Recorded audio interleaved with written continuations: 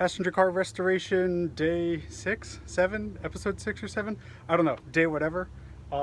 Today I have a helper. He doesn't want to be in the camera, so he's hiding behind this wall. But you can probably guess who he is. He's the kid who always comments on all my videos, so I'm always happy for the help.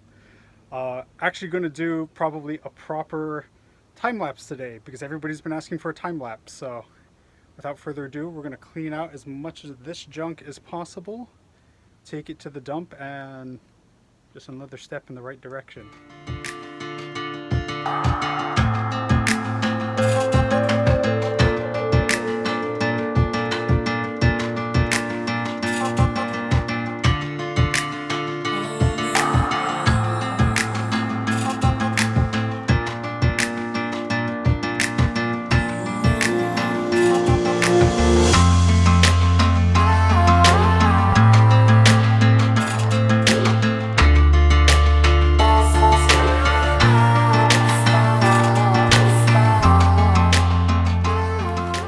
Okay, we got some of the bigger stuff that's going to have to be carried out, but same with the other side. It's a whole lot of crap all over the floor that we're going to have to shovel out into bags. Okay, quick update. I didn't know where to set up the GoPro, so there was no time lapse for this portion, but there was for the earlier portion. Hopefully that looks okay. But cleaned out a good amount of the stuff here.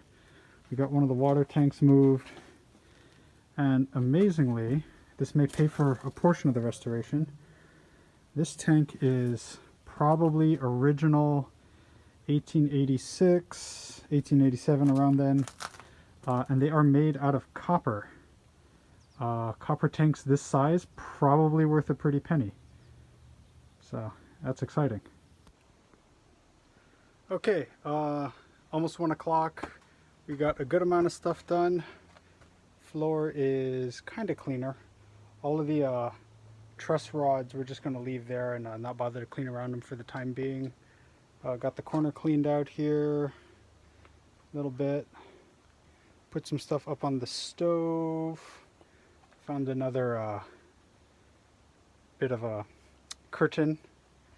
And then made a pile of scrap metal. So probably going to spend the rest of the day checking the track further down just to see about spacing, what needs to be fixed before possibly moving this thing, if that's going to hopefully be an option at some point in the near future. And just come out and continue to take bags of trash out of this thing as we go along. Thanks for tuning in.